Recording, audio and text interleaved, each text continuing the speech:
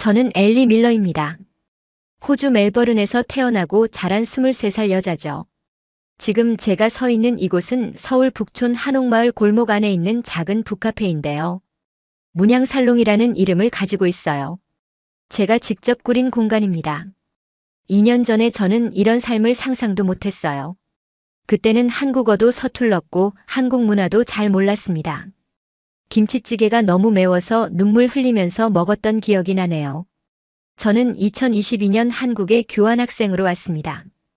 영문학을 전공하고 있었고 동아시아 문학에 관심이 많았거든요. 특히 한강 작가님의 작품을 원문으로 읽고 싶어서 한국어 공부를 시작했어요. 부모님께 1년만이라고 약속하고 온 한국이었는데 제 인생은 완전히 뒤바뀌어 버렸어요. 첫 몇 달은 정말 신기했습니다. 지하철에서 사람들이 조용히 책을 읽는 모습, 버스에서 노인분께 자리를 양보하는 젊은이들, 편의점에서 24시간 뭐든지 살 수 있다는 것까지요. 사랑에 빠지고 임신하고 결혼하고 아이를 낳았습니다. 그런데 어느 날 아침 남편이 흔적도 없이 사라져 버렸어요. 신생아를 안고 혼자 남겨진 거죠. 그때 저는 정말 절망했습니다. 한국말도 서툴고 아는 사람도 없고 돈도 없었거든요. 버림받았다고 생각했어요. 하지만 그때 깨달았습니다. 한국에는 정이라는 게 있다는 것을요. 피 한 방울 섞이지 않은 남처럼 지내던 동네 할머니가 제게 따뜻한 밥을 해주셨어요. 모르는 아주머니가 한나 기저귀를 사다 주시기도 했고요. 그런 작은 도움들이 모여서 저를 다시 일으켜 세워줬습니다. 오늘 여러분께 들려드릴 이야기는 제가 한국에서 겪은 모든 일들입니다. 사랑과 배신, 절망과 희망, 그리고 뜻밖의 반전까지. 정말 파란만장했던 2년간의 이야기죠. 어떤 분들께는 너무 극적으로 들릴 수도 있겠지만 이 모든 게 제가 실제로 겪은 일들이에요. 한국에서 만난 따뜻한 사람들 덕분에 살아남을 수 있었습니다. 본 영상은 스토리를 재구성한 이야기입니다. 오늘 사연 시작하겠습니다. 구독과 좋아요는 구독자님께 행운을 드립니다. 지금 제가 서 있는 이 북카페 문양살롱에서 하루를 시작할 때마다 생각나는 장면이 있습니다. 2년 전 그 끔찍했던 아침이에요. 아기 한나의 울음소리에 잠에서 깨어났는데 옆자리가 차가웠던 그 순간 말이죠. 그때만 해도 저는 한국 생활에 어느 정도 적응했다고 생각했어요. 김치도 먹을 수 있게 됐고 지하철 노선도 외웠고 동네 마트 아줌마와 간단한 대화도 나눌 수 있었거든요. 하지만 정작 위기가 닥쳤을 때는 아무것도 할 수 없었습니다. 그때 저는 알지 못했습니다. 남편 재우가 왜 아무 말도 없이 떠났는지를. 신발장에서 작업화가 사라진 걸 보고도 이해할 수 없었어요. 평소 재우는 꼼꼼한 사람이었거든요. 외출할 때는 항상 어디 간다고 말하고 늦을 때는 미리 연락했어요. 폰은 꺼져 있고 쪽지 하나 없었습니다. 침대맡 서랍을 뒤져봐도 아무것도 없었어요. 친구들도 몰랐고 부모님도 연락받은 게 없다고 하셨죠. 재우 어머니는 오히려 제게 화를 내셨어요. 우리 아들이 어디 갔는지 모르냐고. 뭔 소리야? 한국말로 설명하기 어려웠습니다. 제가 아는 단어로는 상황을 제대로 전달할 수 없었어요. 한국말도 서툴렀던 저에게 그 상황은 정말 막막했습니다. 생후 3개월 된 아기를 혼자 키워야 한다는 현실이 받아들여지지 않았어요. 방 월세는 밀려 있었고 분유값도 없었습니다. 그런 제게 손을 내밀어준 분이 계셨어요. 정미자 선생님이셨죠. 정미자 선생님은 이 골목에서 문양당이라는 헌책방을 운영하고 계셨습니다. 전직 국어교사셨던 분이에요. 40년 넘게 중학교에서 국어를 가르치셨다고 하더라고요. 은퇴하고 나서 책과 함께 여생을 보내고 싶어서 헌책방을 열었다고 했어요. 제가 가장 힘들 때 따뜻한 밥 한 끼와 함께 희망을 주신 분이죠. 그분 덕분에 저는 다시 일어설 수 있었어요. 선생님은 항상 말씀하셨습니다.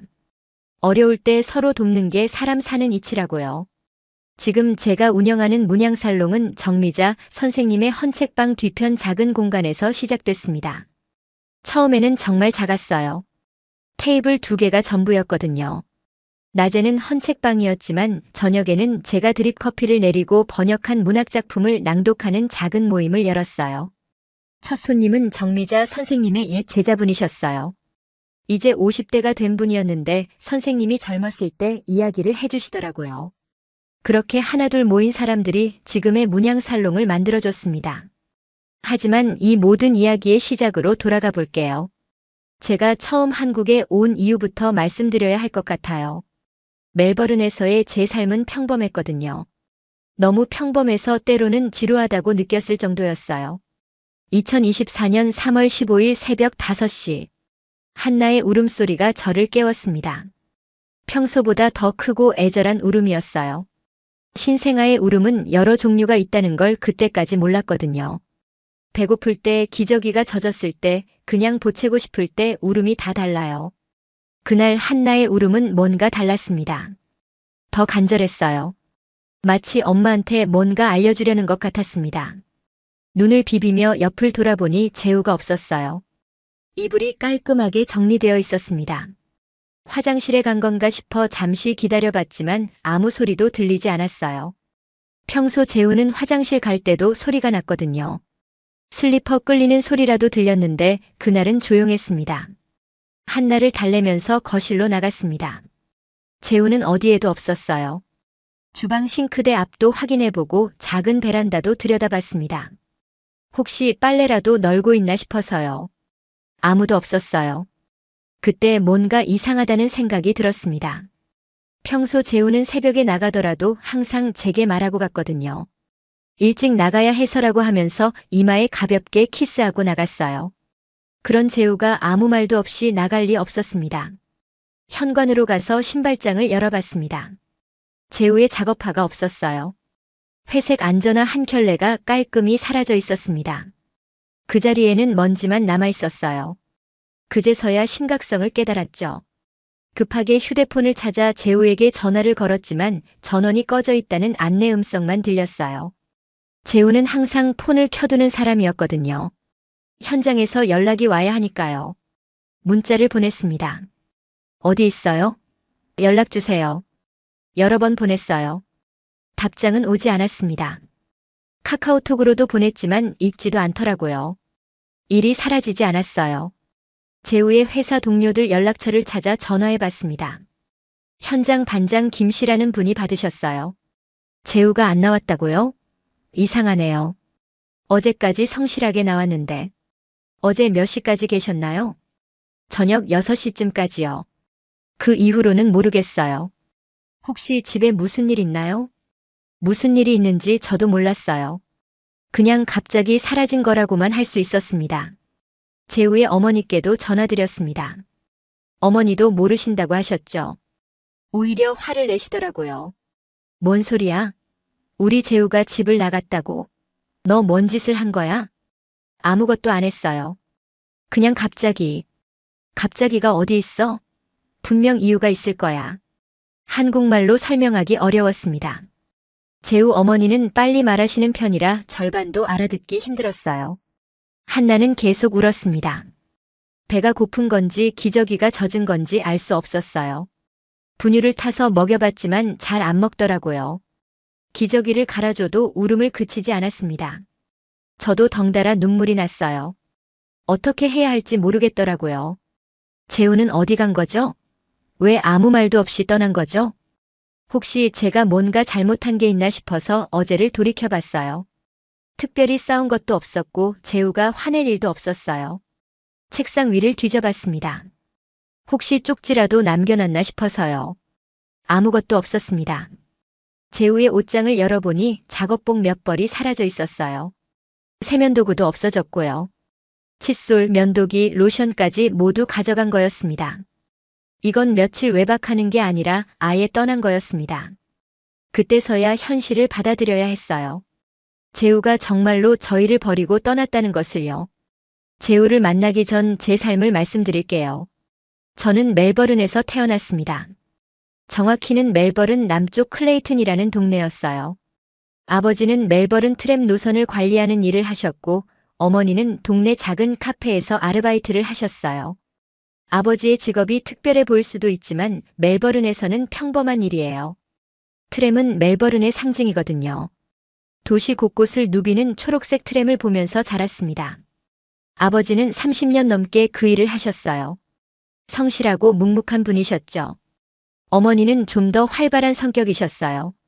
사람들과 이야기하는 걸 좋아하셨고 커피 내리는 실력도 좋으셨습니다.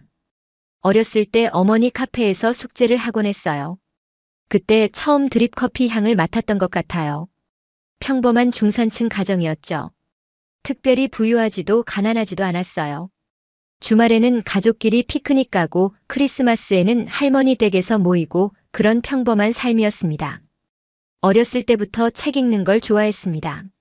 멜버른 시립 도서관에서 하루 종일 보낼 수 있을 정도였어요.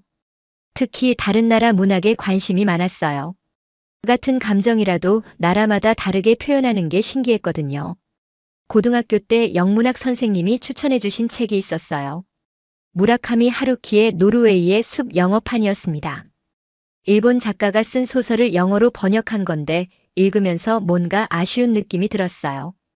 원문으로 읽으면 더 다를 것 같다는 생각이 들었거든요. 대학에서 영문학을 전공하면서 동아시아 문학도 접하게 됐습니다. 한강 작가님의 채식주의자 영어판을 읽었을 때도 같은 느낌이었어요. 분명 원문에는 더 깊은 의미가 있을 것 같았습니다. 그래서 2학년 때부터 한국어를 배우기 시작했어요. 멜버른 대학에 한국어 강좌가 있었거든요. 처음에는 정말 어려웠습니다. 한글은 그나마 익숙해졌는데 문법이 영어와 완전히 달랐어요. 3학년이 되면서 교환학생 프로그램에 지원했습니다. 원래는 일본을 생각했는데 한국 문학이 더 매력적으로 느껴졌어요. 특히 번역에 관심이 생겼거든요.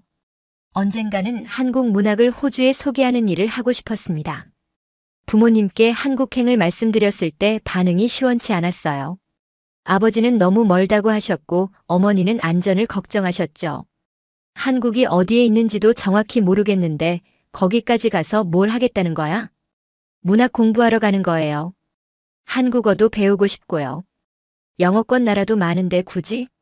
몇 번의 설득 끝에 겨우 허락을 받았습니다. 대신 조건이 있었어요. 1년만 있다가 돌아오기로 약속하는 것이었죠. 그리고 한 달에 한 번은 꼭 영상통화를 하기로 했어요. 2022년 2월 인천공항에 도착했습니다.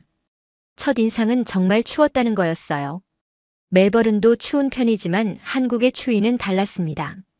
건조하고 매서웠거든요. 코끝이 얼얼할 정도였어요. 공항에서 서울역까지 가는 길에 창밖으로 보이는 회색빛 건물들이 인상적이었어요. 멜버른은 대체로 낮은 건물들이 많은데 서울은 아파트며 빌딩이며 모두 높았습니다. 하늘이 좁아 보였어요. 홍익대학교 근처에 작은 원룸을 구했습니다. 보증금 500만 원, 월세 40만 원이었어요. 멜버른에서 모아둔 돈을 거의 다 썼습니다. 그래도 새로운 환경에 대한 설렘이 더 컸어요. 방은 정말 작았습니다. 침대, 책상, 옷장이 전부였어요. 부엌도 원룸 한쪽 구석에 있는 작은 공간이었죠.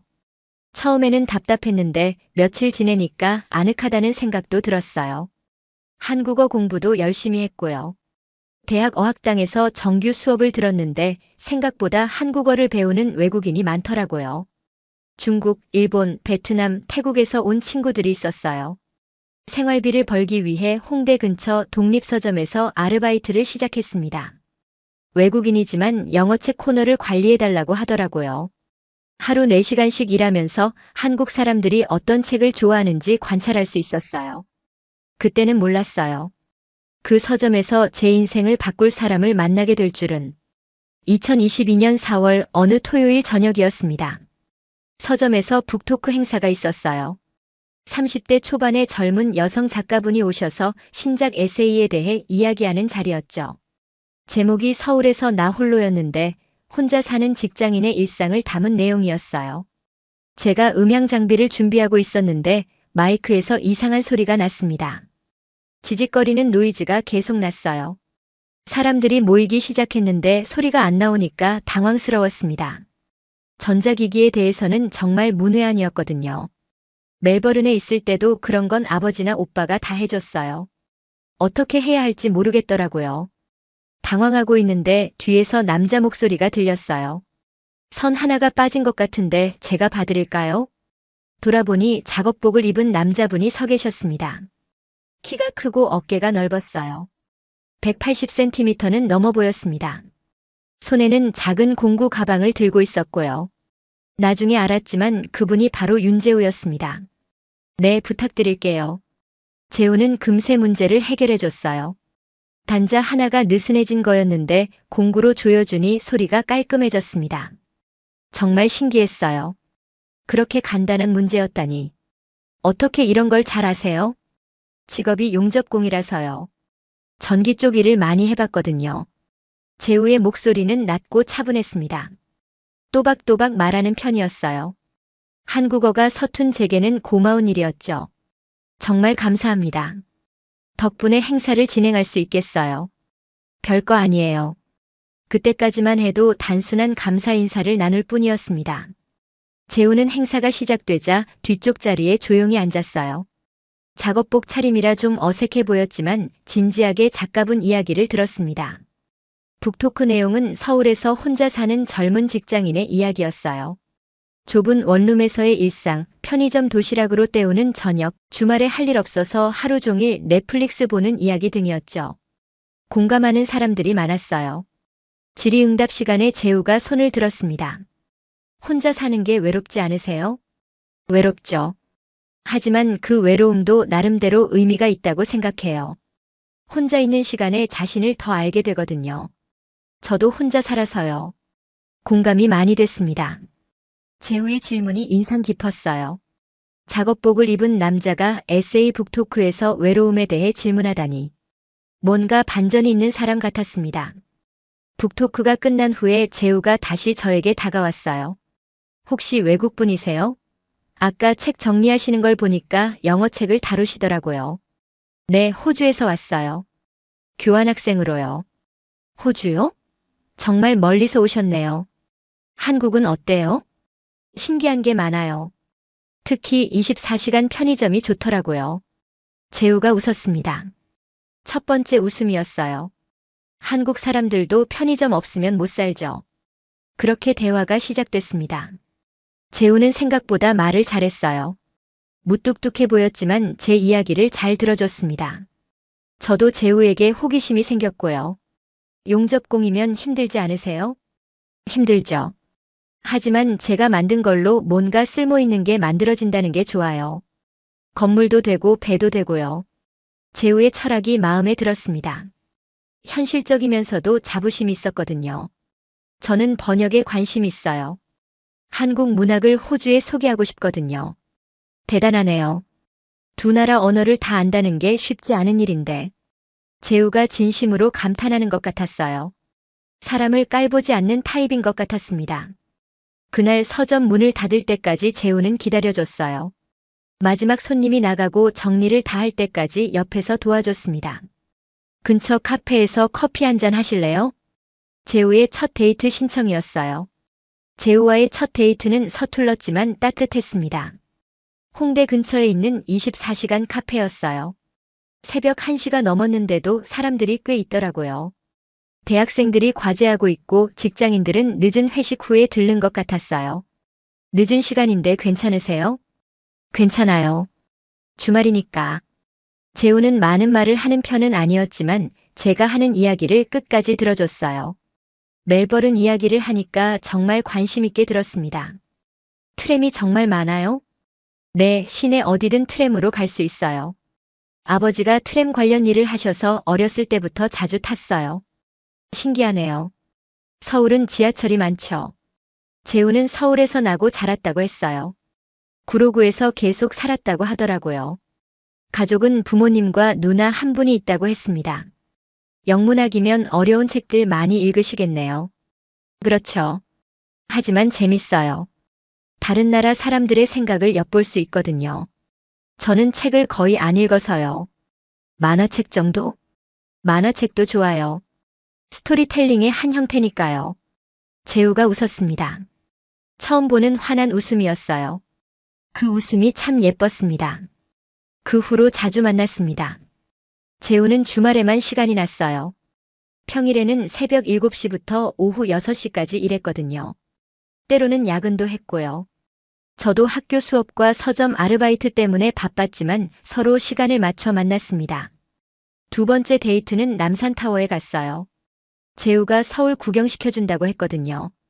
케이블카 타고 올라가는데 서울이 정말 크게 보였습니다. 멜버른과는 완전히 다른 풍경이었어요. 여기서 보면 서울이 참 크네요. 네, 1천만 명이 사는 도시니까요. 멜버른은 400만 명 정도예요. 재우와 이야기하다 보니 한국에 대해 더 많이 알게 됐어요. 한국 사람들의 정서, 문화, 생각하는 방식 등을요. 겨울이 깊어갈 무렵 첫눈이 내렸어요. 재우와 함께 북한산 둘레길을 걸었습니다. 재우가 등산을 좋아한다고 해서 따라간 거였어요. 발밑에 눈이 뽀드득 소리를 내며 밟혔고 재우가 제 손을 잡아줬어요. 호주에도 눈이 와요? 멜버른은 잘 안 와요. 가끔 산에서나 볼 수 있죠. 그럼 한국에서 처음 보는 눈이네요. 네, 특별해요. 그때 재우가 멈춰 섰습니다. 제 얼굴을 바라보더니 조심스럽게 말했어요. 엘리 씨, 저 말이에요. 진짜 좋아해요. 제 마음도 같았습니다. 재우는 제가 만난 사람 중에 가장 신뢰할 수 있는 사람이었어요. 성실하고 따뜻했습니다. 저도 재우 씨를 좋아해요. 그날부터 연인이 됐어요. 재우는 여전히 말수가 적었지만 행동으로 마음을 표현했습니다. 제가 감기 걸렸을 때 죽을 끓여주고 늦은 시간에도 데리러 와주고 한국 생활이 힘들 때마다 위로해줬어요. 2023년 1월 생리가 늦어졌습니다. 처음에는 스트레스 때문이라고 생각했어요. 한국 생활이 익숙해졌지만 여전히 부담스러운 부분들이 있었거든요. 언어 문제도 있었고 향수병도 있었고요. 하지만 일주일이 지나도 소식이 없자 약국에서 임신 테스트기를 샀습니다. 약사분이 사용법을 설명해 주셨는데 긴장돼서 제대로 못 들었어요. 집에 돌아와서 테스트를 해봤습니다. 5분을 기다리라고 했는데 그 5분이 정말 길었어요. 시계를 보면서 초를 세었습니다. 두 줄이 나타났을 때 머리가 하얘졌어요. 임신이었습니다. 다시 한번 확인해 봤는데 똑같았어요. 6주 정도 된 것 같았습니다. 어떻게 해야 할지 모르겠더라고요. 23살에 외국에서 임신이라니. 부모님께 어떻게 말씀드리지? 학교는? 비자는? 머릿속이 복잡했어요. 재우에게 전화했습니다. 떨리는 목소리로 만나자고 했어요. 그날 저녁 평소 가던 카페에서 재우를 만났습니다. 무슨 일이에요? 목소리가 이상하던데. 재우 씨, 저 임신한 것 같아요. 재우의 표정이 굳어졌습니다. 잠시 아무 말도 하지 않았어요. 정말이에요? 네, 테스트기로 확인해 봤어요.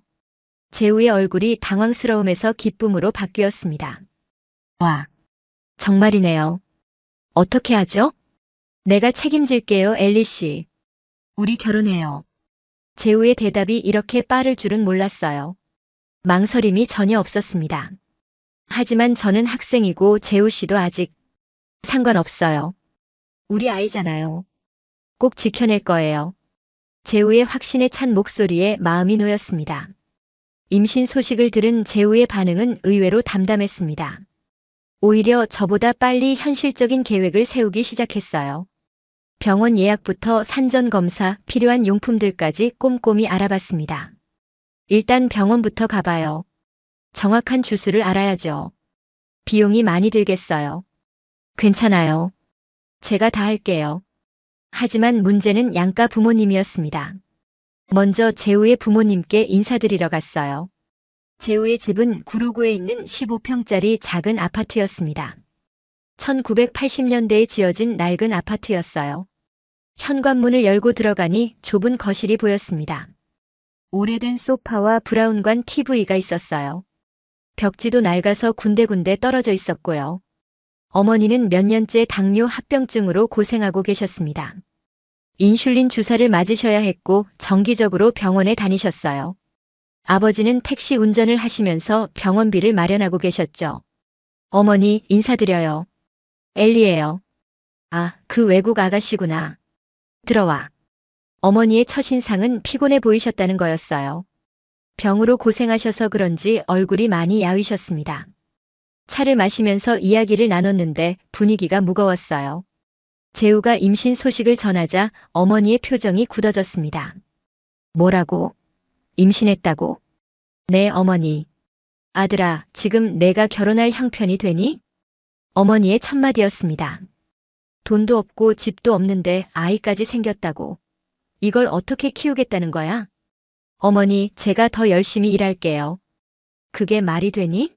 너 혼자도 제대로 못 사는데 가족까지 부양한다고. 아버지도 한숨을 쉬셨어요. 재우야, 현실을 봐라. 내 월급으로 가족 3명이 어떻게 사냐? 아버지, 야간 작업도 늘리고 주말 일도 더 할게요. 그럼 몸이 버티겠어? 20대에 무리하면 나중에 다 탈이 나. 어머니가 제게 미안한 표정으로 말씀하셨어요. 외국 아가씨한테 미안하지만 지금은 때가 아니야. 몇 년 더 기다려보면 안 될까? 제가 한국말로 대답하기 어려웠어요. 임신을 몇 년 더 기다린다는 게 무슨 뜻인지 이해할 수 없었습니다. 어머니, 저희 이미 아이가 생겼어요. 그러니까 더 문제지. 준비도 안 됐는데. 분위기가 점점 차가워졌습니다. 재우 부모님의 반대는 예상했지만 이렇게 강할 줄은 몰랐어요. 그럼 어떻게 하라는 거세요? 재우가 목소리를 높였습니다. 일단 다시 생각해봐라. 성급하게 결정할 일이 아니야. 그날은 인사만 하고 돌아왔습니다. 재우도 기분이 좋지 않아 보였어요. 며칠 후 멜버른의 부모님께도 전화드렸어요. 시차 때문에 새벽 3시에 전화했는데 어머니가 받으셨습니다. 엘리? 이 시간에 왜? 엄마 할 이야기가 있어. 무슨 일인데? 나 임신했어. 전화기 너머로 침묵이 흘렀어요. 한 10초 정도 지났을까요? 뭐라고? 임신했다고? 어머니의 목소리에 충격이 담겨 있었어요. 네, 6주 정도 됐어요. 엘리, 너 미쳤니? 1년만 있다가 온다고 약속했잖아. 엄마 사랑하는 사람이 생겼어. 사랑? 넌 아직 학생이야. 지금 무슨 짓을 하는 거야? 아버지도 전화를 바꿔받으셨습니다. 당장 돌아와라. 비행기표 끊어줄 테니까. 아빠, 저는 이 아이를 낳고 싶어요. 말도 안 돼. 넌 아직 23살이야. 그 남자가 뭘 해줄 수 있는데? 재우 씨는 좋은 사람이에요. 책임감도 있고. 책임감? 돈은? 집은? 아이 키우는 게 장난이니? 부모님의 반대는 예상했지만 막상 듣고 보니 마음이 아팠습니다. 특히 어머니의 목소리에서 실망감이 느껴져서 더 힘들었어요. 일주일 안에 답 주라. 안 그러면 용돈 끊는다. 엄마, 넌 지금 정신이 나간 거야. 정신 차려. 전화가 끊어졌습니다. 재우에게 상황을 말했더니 재우도 심각한 표정을 지었어요. 양쪽 부모님이 다 반대하시네요. 어떻게 하죠? 재우와 상의한 끝에 결정했어요. 둘이서 독립하기로 했습니다. 작은 월세방이라도 구해서 살아보자고요. 정말 괜찮을까요? 해봐야죠. 다른 방법이 없잖아요. 돈은 어떻게 해요? 제 적금 있는 것 빼고 대출도 받아야겠어요. 재우의 말처럼 달리 방법이 없었습니다. 부모님들의 도움 없이 둘이서 해보기로 했어요. 집을 구하러 다녔습니다. 보증금 1,000만 원에 월세 50만 원짜리 원룸을 구했어요. 정말 작았지만 둘이 살 수는 있을 것 같았습니다. 여기서 새 출발이네요. 네, 우리만의 보금자리예요. 그렇게 독립생활이 시작됐습니다. 2023년 9월 드디어 출산일이 다가왔습니다. 마지막 몇 주는 정말 힘들었어요. 배가 너무 무거워서 걷기도 힘들었고 밤에는 잠도 제대로 못 잤습니다. 아기가 발로 차면 갈비뼈가 아팠어요. 재우는 그동안 3중 아르바이트를 했어요. 낮에는 용접 현장에서 일하고 저녁에는 편의점에서 4시간, 새벽에는 신문 배달을 2시간씩 했습니다. 하루에 거의 16시간을 일한 거죠. 너무 무리하는 것 같아요. 괜찮아요. 아이 태어나면 돈이 더 많이 들 거예요. 재우의 얼굴은 날이 갈수록 야위어 갔습니다. 체중도 5kg 정도 빠진 것 같았어요. 걱정됐지만 말릴 수도 없었어요. 임신 9개월째 되던 어느 날 정기 검진을 받으러 병원에 갔습니다. 의사 선생님이 초음파를 보더니 말씀하셨어요. 아기가 머리를 아래로 돌렸네요. 곧 나올 준비를 하는 것 같아요. 언제쯤 나올까요? 일주일에서 2주일 사이일 것 같아요. 집에 돌아와서 출산 준비물을 다시 한번 점검했습니다. 아기 옷, 기저귀, 젖병, 속삭이 등등. 재우가 하나하나 인터넷으로 찾아서 주문해 준 것들이었어요. 진통이 시작된 건 새벽 3시였습니다. 처음에는 배가 살짝 아픈 정도였는데 30분 간격으로 아팠어요. 책에서 읽은 대로였습니다. 시간을 재면서 간격을 체크했어요. 시간이 지나면서 진통 간격이 점점 짧아지더라고요. 20분, 15분, 10분. 아픔도 점점 강해졌습니다. 처음 경험하는 고통이었어요. 재우 씨, 아기가 나올 것 같아요. 재우는 잠결에도 바로 일어났습니다. 미리 준비해둔 가방을 들고 급하게 옷을 갈아입었어요. 택시를 불렀습니다. 병원으로 가달라고 하세요. 빨리요. 택시기사 아저씨가 상황을 알아차리고 빨리 운전해 주셨어요. 병원까지 가는 15분이 너무 길게 느껴졌습니다. 진통이 5분 간격으로 줄어들고 있었거든요. 괜찮아요, 엘리 씨. 곧 도착해요. 재우가 제 손을 잡고 말했어요. 그 손에서 따뜻함이 전해졌습니다. 진통이 와도 재우 손을 꽉 잡으니까 조금 나았어요. 병원에 도착해서 응급실로 갔습니다. 간호사분이 휠체어를 가져와 주셨어요.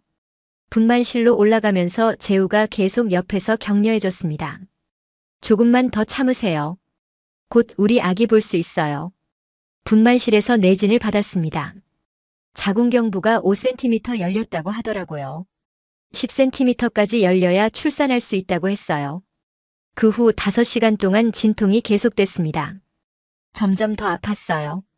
숨을 제대로 쉴 수가 없었습니다. 의식이 흐려질 정도였어요. 힘내세요. 많이 열렸어요. 간호사분이 계속 격려해 주셨지만 정말 한계였어요. 이렇게 아픈 줄 몰랐습니다. 오후 2시쯤 드디어 완전히 열렸다고 했어요. 이제 밀어내세요. 아기 머리가 보여요. 의사 선생님의 목소리가 들렸습니다. 진통이 올 때마다 있는 힘을 다해 밀어냈어요. 정말 죽을 것 같았습니다. 그런데 신기하게도 아기를 만나고 싶다는 마음이 더 컸어요. 조금만 더요. 머리 나왔어요. 마지막 힘을 다해 밀어냈습니다. 그때 들린 소리가 있었어요. 아기의 첫 울음이었습니다. 와, 정말 신기했습니다. 제 몸에서 나온 작은 생명체가 울고 있다니요. 그 순간 모든 고생이 사라진 기분이었습니다. 건강한 여자아이예요. 2.8kg이에요. 축하드려요. 간호사분이 아기를 제 가슴에 올려주셨어요. 너무 작았습니다. 손바닥보다 작은 얼굴에 눈은 꼭 감고 있었어요. 작은 손가락들이 움직이고 있었습니다. 재우도 분만실로 들어왔어요. 아기를 보더니 눈물을 글썽이더라고요. 우리 딸이네요. 네, 우리 딸이에요. 이름을 뭐라고 지을지 고민했었는데 그때 문득 생각난 이름이 있었어요. 한나라고 불러요. 영어로는 해너, 한국어로는 한나. 은혜라는 뜻이에요. 한나. 좋은 이름이에요. 재우가 고개를 끄덕였습니다. 한나야 안녕. 아빠야. 재우가 아기에게 속삭였어요. 그 모습이 너무 다정해 보였습니다. 엄마도 정말 수고 많았어요. 재우가 제 이마에 키스해줬어요. 그때까지의 모든 힘듦이 사라지는 기분이었습니다. 병원에서 3일 동안 입원했어요. 재우는 매일 와서 저와 한나를 돌봐줬습니다. 밤에는 병실에서 같이 자면서 기저귀도 갈아주고 분유도 타줬어요. 재우 씨도 피곤할 텐데. 괜찮아요. 우리 한나 돌보는 게 즐거워요. 재우는 정말 좋은 아빠가 될 것 같았어요. 한나가 태어난 후 첫 몇 달은 정신없이 지나갔습니다. 신생아는 정말 손이 많이 갔어요. 3시간마다 수유하고 기저귀 갈고 트림시키고 밤에도 2-3번은 깨서 돌봐줘야 했습니다. 처음 몇 주는 재우도 많이 도와줬어요. 야간 수유는 재우가 담당했습니다. 분유를 타서 먹이고 기저귀도 갈아주고요. 신생아 다루는 게 서툴렀지만 정성스럽게 했어요. 한나야, 천천히 먹어. 급하게 먹으면 안 돼. 재우가 한나에게 말하는 모습이 귀여웠어요. 아기가 알아들을 리 없는데도 계속 이야기를 걸었습니다. 하지만 한 달이 지나면서 상황이 달라지기 시작했어요. 생활비가 생각보다 많이 들었거든요. 분유값, 기저귀값, 아기 옷, 예방접종비까지. 한 달에 50만 원 이상이 나갔어요. 재우는 더 바빠졌습니다. 아이 용품비를 벌기 위해 야간 작업을 늘렸어요. 주말에도 일하기 시작했고요. 집에 있는 시간이 점점 줄어들었습니다. 요즘 너무 힘들어 보여요. 괜찮아요. 한나를 위해서니까. 재우는 항상 괜찮다고 말했지만 얼굴이 말이 아니었어요. 다크서클이 짙어지고 살도 더 빠졌습니다. 처음에는 이해했습니다. 가족을 위해 열심히 일하는 거니까요. 하지만 점점 뭔가 이상하다는 생각이 들었어요. 재우의 표정이 어두워졌거든요. 요즘 일이 힘들어요? 응, 좀 그래. 무슨 일인지 말해주세요. 그냥 피곤해서 그래. 재우는 자세한 이야기를 해주지 않았습니다. 예전에는 현장에서 있었던 일들을 재미있게 들려줬는데 요즘은 말수가 줄었어요. 어느 날 저녁 재우가 들어오는데 얼굴이 상기되어 있었어요. 술 냄새도 났고요. 어디 다녀왔어요? 동료들이랑 잠깐 마셨어. 요즘 자주 마시네요. 스트레스 풀어야죠. 예전에는 술을 거의 안 마시던 재우였는데 요즘 들어 자주 마시고 들어왔어요. 그것도 혼자서요. 핸드폰 메시지 소리도 자주 났습니다. 밤늦게도 문자가 왔어요. 카톡이 아니라 일반 문자였어요. 확인해 보려고 하면 재우가 얼른 폰을 뒤집어 놓았습니다. 누구예요? 회사 사람이야. 이 시간에 회사 일로 연락을 해요? 야간 작업 때문에 일정 조율하는 거야. 그럴듯한 대답이었지만 뭔가 석연치 않았어요. 재우의 목소리에 긴장감이 느껴졌거든요. 어느 날 새벽 한나 때문에 잠에서 깨어 옆을 보니 재우가 없었습니다. 거실에서 누군가와 통화하는 소리가 들렸어요. 목소리가 평소보다 낮았어요. 아니야, 더 시간이 필요해. 지금은 정말 어려워. 알겠어, 최대한 빨리. 무슨 이야기인지 정확히 들리지 않았지만 심각한 내용 같았습니다. 재우의 목소리에 절박함이 느껴졌어요. 제가 일어나는 소리를 듣고 재우가 급히 전화를 끊었어요. 누구랑 통화했어요? 아무도 아니야. 잘못 걸려온 거야. 새벽 3시에 잘못 걸려온 전화를 그렇게 오래 받아요? 그냥 끊기가 어려워서. 거짓말이라는 걸 알 수 있었습니다. 재우는 거짓말할 때 눈을 못 마주치거든요. 통장 잔고도 이상했어요. 재우가 열심히 일하는데 돈이 모이지 않았어요. 오히려 줄어드는 것 같았습니다. 재우 씨, 혹시 다른 데 돈 쓰는 곳 있어요? 무슨 소리야? 가족밖에 없는데. 그런데 돈이 안 모여요. 아이 키우는데 돈이 많이 들어서 그래. 맞는 말이었지만 뭔가 부족했어요. 재우의 수입을 계산해보면 그래도 조금씩은 모일 텐데 항상 빠듯했습니다. 그날 밤 재우가 한나를 안고 우는 모습을 봤어요. 아기는 자고 있었는데 재우 혼자 조용히 울고 있었습니다. 왜 울어요? 재우가 깜짝 놀라면서 눈물을 닦았어요. 아니에요. 그냥 한나가 너무 예뻐서. 정말요? 네, 정말이에요. 하지만 재우의 눈물은 기쁨의 눈물이 아니었어요. 뭔가 괴로워하는 표정이었습니다. 어떤 고민이 있는 건 분명했어요. 무슨 걱정이라도 있으면 말해줘요. 걱정 없어요. 다 잘 될 거예요. 재우는 끝까지 말해주지 않았습니다. 그때부터 재우와 제 사이에 보이지 않는 벽이 생긴 것 같았어요. 재우가 사라진 지 하루가 지났습니다. 경찰서에 실종 신고를 하려고 갔는데 성인은 48시간이 지나야 신고할 수 있다고 하더라고요. 그 48시간이 얼마나 길게 느껴지는지 몰랐어요. 실종된 지 하루밖에 안 됐으면 집에서 기다려보세요. 성인 남성이면 자의로 나간 경우가 많아요. 경찰관의 말이 맞을지도 모르겠다는 생각도 들었어요. 하지만 재우는 절대 그런 사람이 아니었거든요. 한나는 평소보다 더 많이 울었어요. 아기도 뭔가 이상함을 느끼는 것 같았습니다.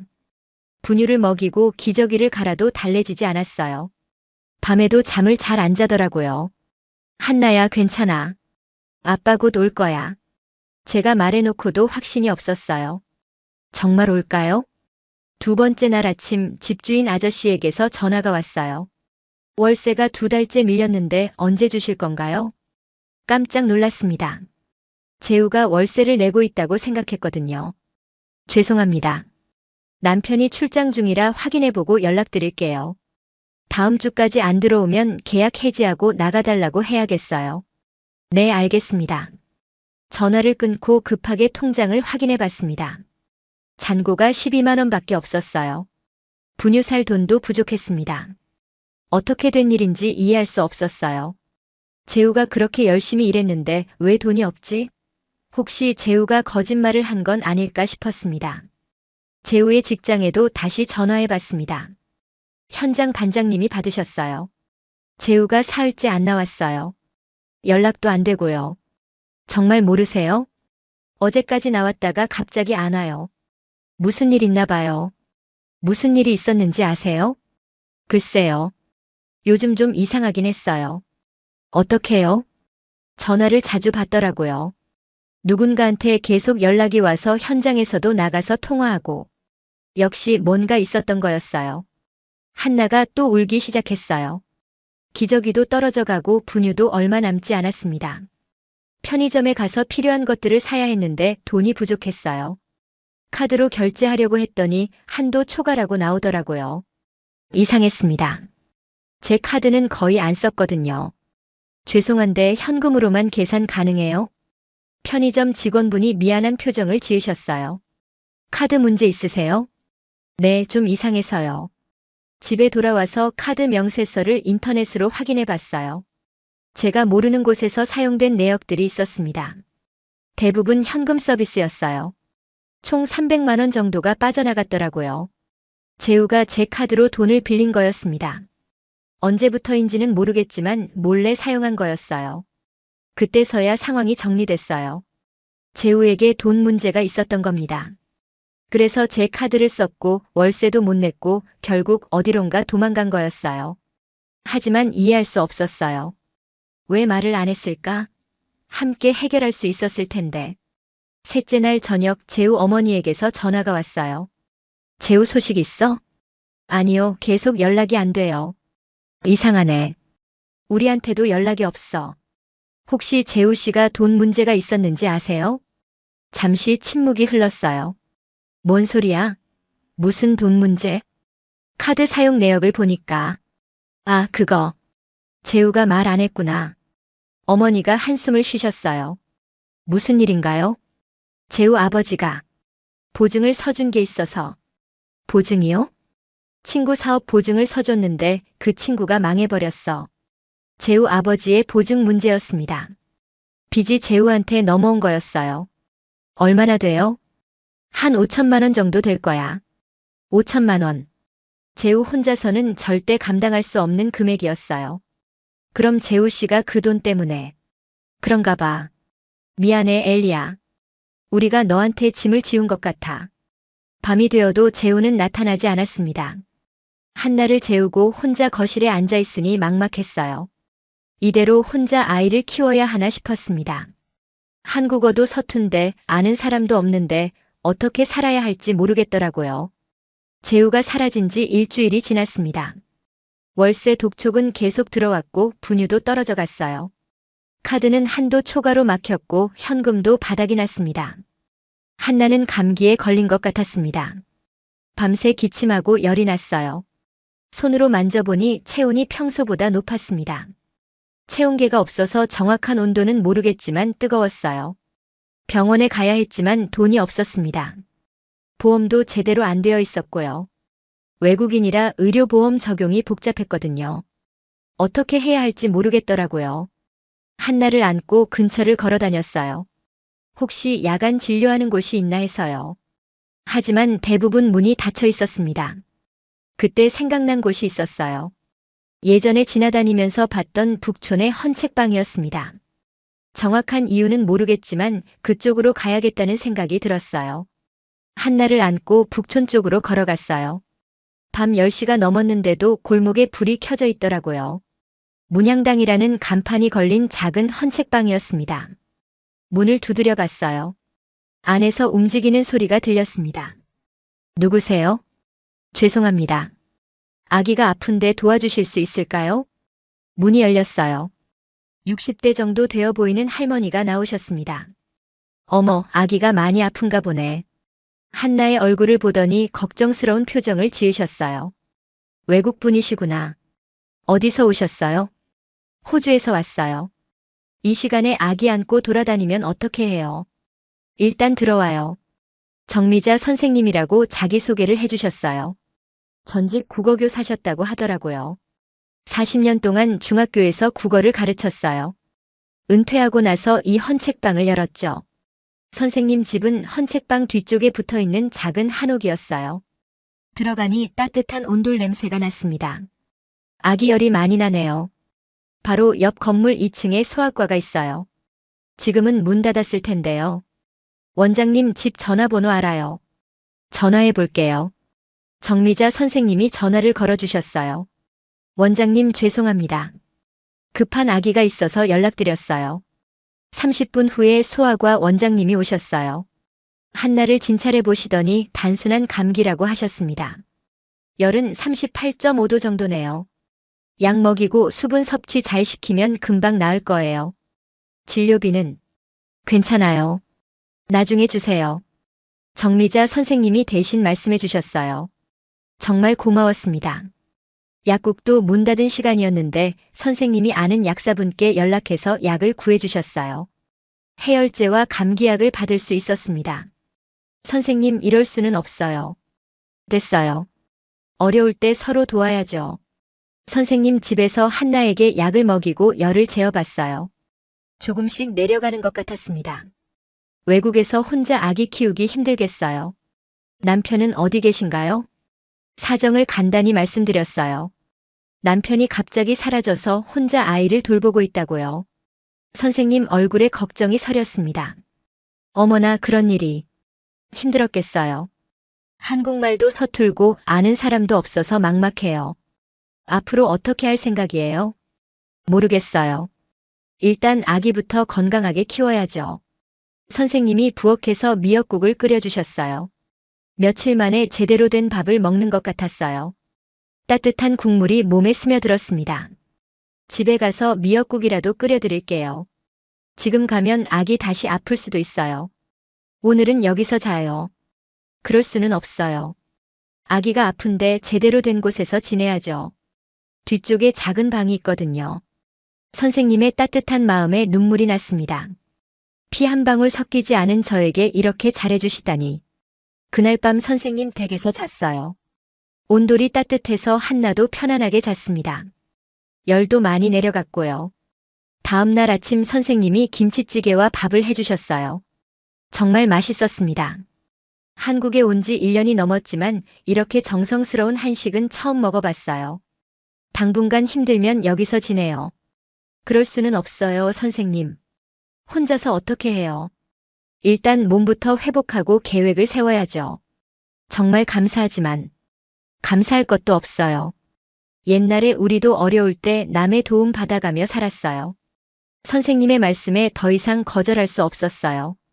그렇게 정미자 선생님 댁에서 생활하게 됐습니다. 선생님은 정말 친어머니처럼 저희를 돌봐주셨어요. 한나 기저귀 갈아주시고 분유 타주시고 제가 잠깐 쉴 수 있도록 아기도 봐주셨습니다. 아기 키우는 게 이렇게 힘든 줄 몰랐어요. 다 그래요. 처음에는 힘들어도 점점 나아져요. 선생님의 위로가 큰 힘이 됐어요. 그때 깨달았습니다. 한국에는 정이라는 게 있다는 것을. 정미자 선생님 댁에서 지낸 지 한 달이 지났습니다.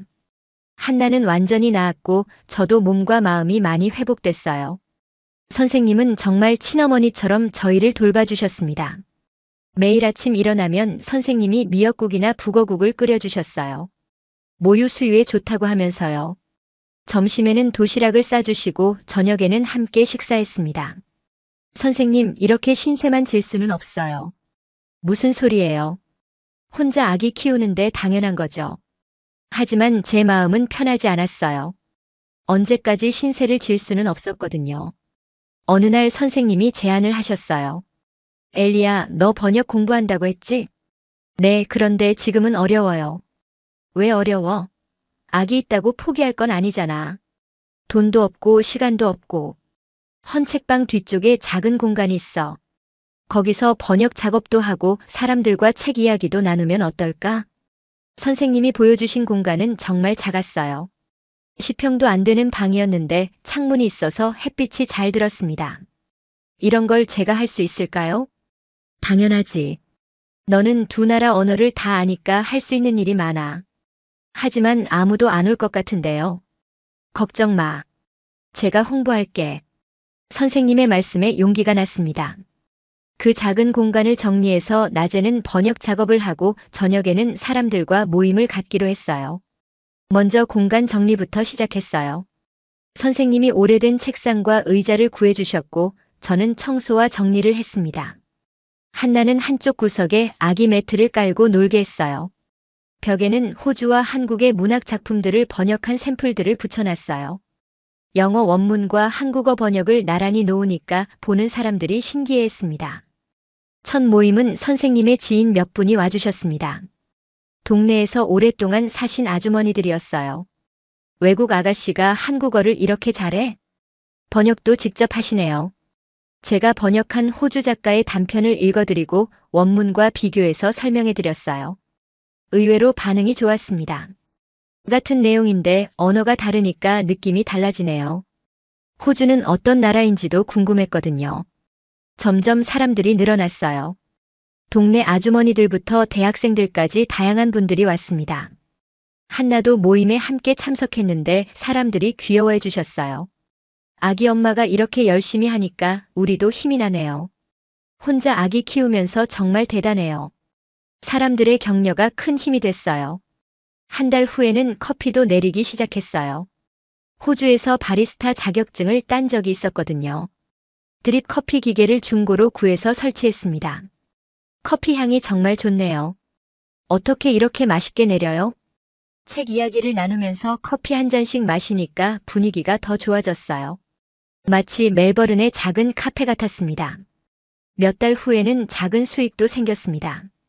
커피값과 번역 의뢰 일감들로 한 달에 80만 원 정도 벌 수 있게 됐어요.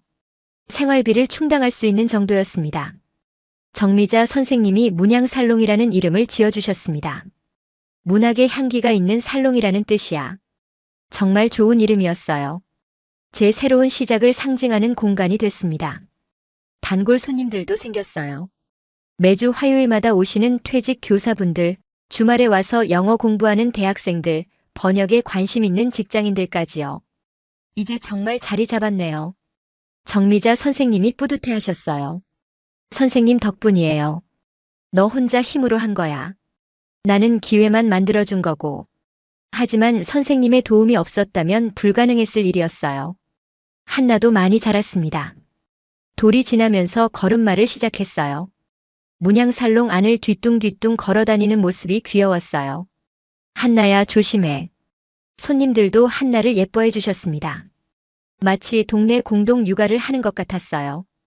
어느 날 정미자 선생님이 말씀하셨어요. 이제 독립할 때가 됐지 않을까? 아직은 부족할 것 같아요. 충분해. 이제 너만의 공간을 만들어봐. 선생님의 격려에 용기를 얻었어요. 문양살롱을 더 크게 키워보고 싶었습니다. 그렇게 제 자립의 씨앗이 싹트기 시작했어요.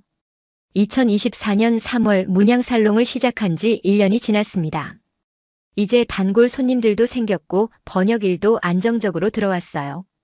한나는 건강하게 자라서 이제 걸음마를 넘어 뛰어다닐 수 있게 됐습니다. 그날도 평범한 오후였어요. 화요일 정기 모임이 있는 날이었거든요. 퇴직하신 선생님들 5분이 오셔서 이번 주에 읽은 책에 대해 이야기를 나누고 계셨어요. 이번에 읽은 82년생 김지영이 정말 인상 깊었어요. 여성의 현실을 너무 잘 그렸더라고요. 저도 그 책을 한국어 원문과 영어 번역본으로 비교해서 읽어봤다고 말씀드리고 있었어요. 그때 누군가 문을 열고 들어왔습니다. 돌아보니 재우였어요. 처음에는 믿을 수 없었습니다. 2년 동안 연락도 없던 사람이 갑자기 나타난 거니까요. 재우는 많이 달라져 있었어요. 살이 많이 빠졌고 얼굴도 검게 탔습니다. 손에는 상처가 많았어요.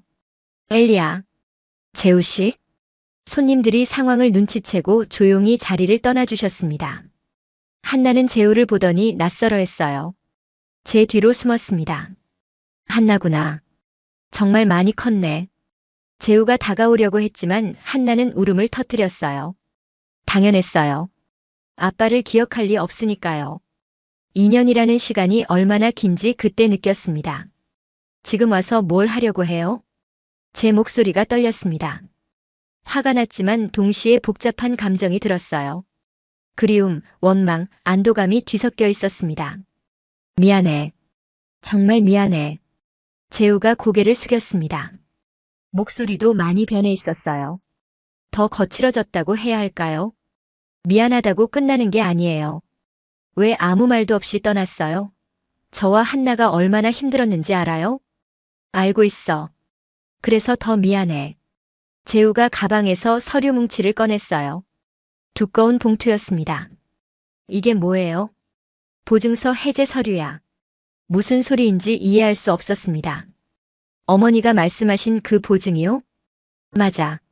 아버지가 친구 보증을 서준 건. 재우가 천천히 말하기 시작했어요.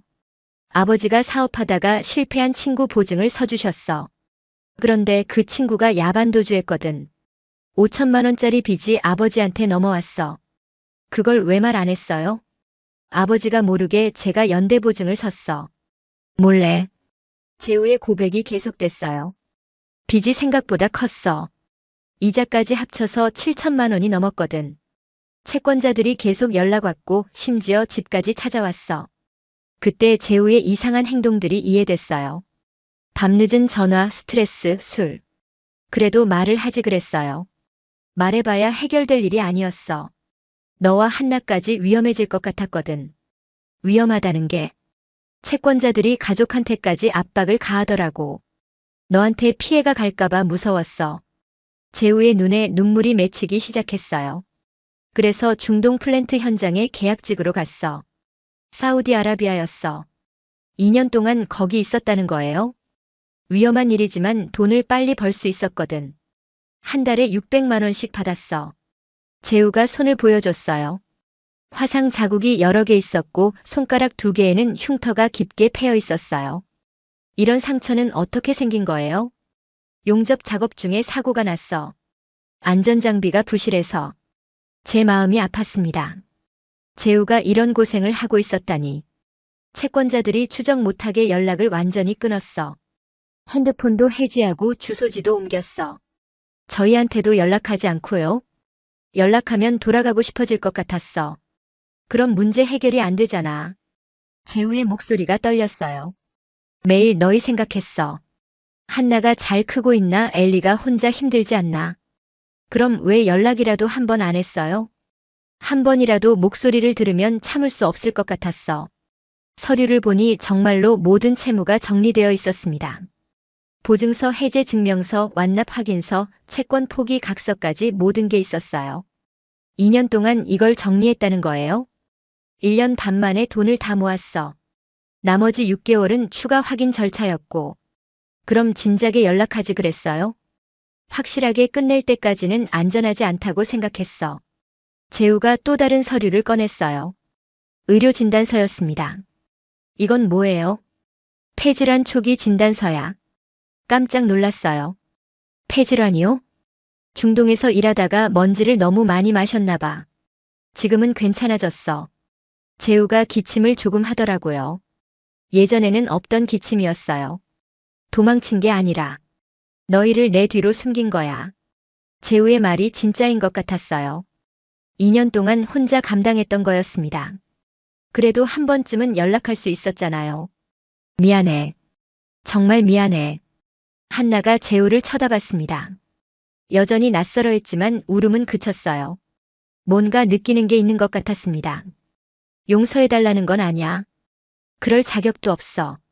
그냥 사과하고 싶었어. 지금은 뭐 하세요? 국내 조선소에서 일해. 거제도 쪽이야. 거제도요? 주말에만 서울 올 수 있어. 재우가 조심스럽게 물었어요. 다시 시작할 수 있을까? 저도 혼란스러웠어요. 2년 동안 혼자 버텨온 시간들이 떠올랐어요. 절망스러웠던 순간들, 한나와 둘이서 울던 밤들, 정미자 선생님의 도움으로 다시 일어선 과정들. 쉽지 않을 거예요. 알고 있어. 한나도 아빠를 모르고 저도 많이 변했어요. 나도 변했어. 한나가 재우 쪽으로 한 걸음 다가갔어요. 아직은 경계하고 있었지만 호기심도 보였습니다. 아빠야, 한나야. 재우가 무릎을 꿇고 한나와 눈높이를 맞췄어요. 아빠가 너무 오래 못 봐서 미안해. 한나가 재우의 손에 있는 상처를 가리켰어요. 아파? 응, 좀 아팠어. 하지만 이제 괜찮아. 그 순간 뭔가 마음이 움직였어요. 재우의 진심이 느껴졌거든요. 시간이 필요해요. 얼마든지 기다릴게. 매일 볼 수는 없어요. 일주일에 한 번 정도. 고마워. 정말 고마워. 재우의 눈에서 눈물이 흘렀어요. 2년 만에 보는 재우의 눈물이었습니다. 그날 재우는 1시간 정도 있다가 돌아갔습니다. 한나와 조금씩 친해지려고 노력했어요. 장난감도 가져왔고 그림책도 읽어줬습니다. 다음 주말에 다시 와도 될까? 네. 재우가 돌아간 후 한나가 물어봤어요. 엄마 아저씨 누구야? 아빠야 한나야. 아빠? 한나에게 아빠라는 존재는 아직 낯선 개념이었어요. 그날 밤 정미자 선생님께 모든 이야기를 말씀드렸어요. 그 친구도 참 고생했겠네. 어떻게 해야 할까요? 천천히 해봐. 급할 것 없어. 선생님의 조언처럼 천천히 해보기로 했어요. 다음 주말 재우가 정말로 왔어요. 이번에는 한나가 좀 더 자연스럽게 다가갔습니다. 재우도 한나를 다루는 게 조금 늘었고요. 한나야, 아빠랑 놀아볼까? 응. 한나의 대답에 재우의 얼굴이 환해졌어요. 그 후로 매주 재우가 왔습니다. 처음에는 어색했지만 점점 자연스러워졌어요. 한나도 재우를 아빠라고 부르기 시작했습니다. 몇 달 후 재우가 제안했어요. 서울로 이사와서 다시 함께 살면 어떨까? 아직 준비가 안 된 것 같아요. 그럼 언제까지 기다려야 해? 모르겠어요. 확신이 설 때까지요. 재우는 기다려줬어요. 재촉하지도 않았고 강요하지도 않았습니다. 2024년 말쯤 되어서야 마음이 정해졌어요. 재우의 진심을 믿을 수 있게 된 거죠. 다시 시작해볼까요? 정말이야? 단 조건이 있어요. 뭐든지 들어줄게. 문양살롱은 계속해야 해요. 이건 제 일이니까. 당연하지. 너만의 공간이잖아. 한나 교육도 제가 주도권을 가질게요. 알겠어. 그리고 절대로 거짓말하지 마세요.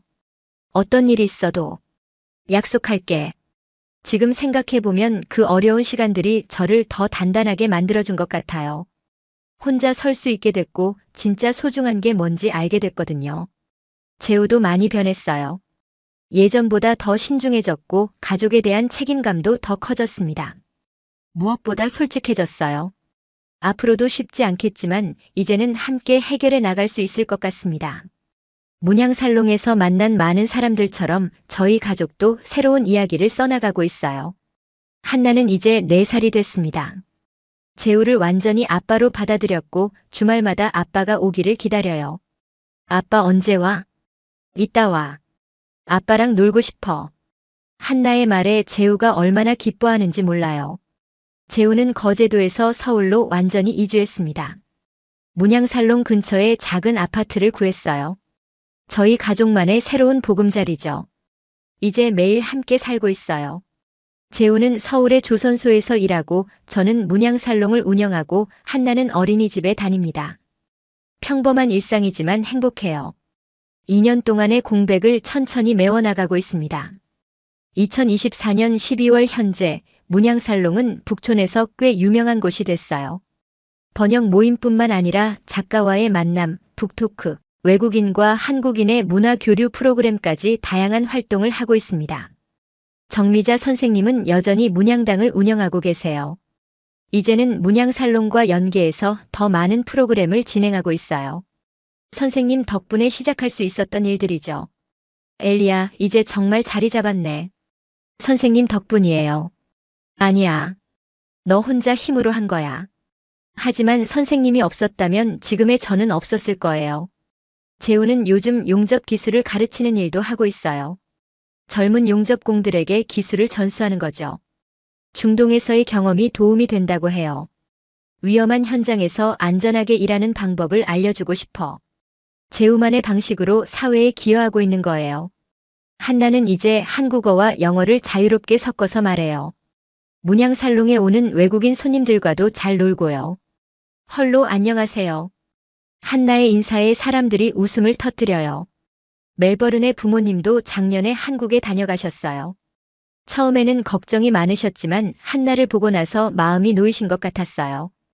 엘리가 정말 잘 키웠네. 재우도 괜찮은 사람 같아. 이제는 응원해주세요. 앞으로의 계획도 있어요. 문양살롱을 더 크게 키우고 싶고 한호 문학 교류에도 기여하고 싶어요. 언젠가는 호주에서 한국 문학 전문 서점을 열어보고 싶기도 하고요. 재우와도 정식으로 다시 결혼식을 올릴 예정이에요. 이번에는 양가 부모님 모두 참석하시는 작은 결혼식으로요. 한나도 들러리 할 수 있어요? 당연하지. 한나가 제일 중요한 역할이야. 한나가 들러리로 서는 결혼식 생각만 해도 설레요. 지금 이 순간 제가 가장 감사한 건 포기하지 않았다는 거예요. 가장 절망스러웠던 순간에도 한나 때문에 버틸 수 있었고 정미자 선생님 같은 분들의 도움으로 다시 일어설 수 있었어요. 한국에서 만난 정이라는 게 정말 소중했어요. 피 한 방울 섞이지 않은 사이에도 가족처럼 돌봐주는 그 마음이 저를 살렸습니다. 여러분들도 힘든 순간이 오면 기억해 주세요. 그 순간이 끝이 아니라 새로운 시작일 수도 있다는 것을. 저처럼 뜻밖의 도움이 나타날 수도 있고 생각지도 못한 기회가 올 수도 있어요. 무엇보다 포기하지 마세요. 특히 사랑하는 사람들이 있다면 더더욱요. 그들이 여러분의 힘이 될 테니까요. 지금 북촌 골목에서 문양살롱을 운영하며 소소하지만 확실한 행복을 느끼고 있어요. 매일 아침 한나와 재우의 얼굴을 보며 하루를 시작하고 저녁에는 따뜻한 집에서 함께 밥을 먹어요. 2년 전에는 상상할 수 없었던 일상이에요. 그때는 내일이 어떻게 될지도 몰랐거든요. 인생이란 게 정말 알 수 없는 것 같아요. 절망의 끝에서 희망을 발견하기도 하고 가장 어려운 순간에 가장 소중한 인연을 만나기도 하죠. 저의 이야기가 누군가에게 작은 위로가 되었으면 좋겠어요. 지금 힘든 시간을 보내고 계신 분들께 희망의 메시지가 되었으면 해요. 한국에서 보낸 3년 정말 파란만장했지만 후회하지 않아요. 모든 경험이 지금의 저를 만들어줬거든요. 문양살롱 문을 열 때마다 생각해요. 오늘은 어떤 새로운 이야기가 시작될까? 하고요. 여러분의 이야기도 계속 써나가시기 바라요. 아직 끝나지 않은 아름다운 이야기를요.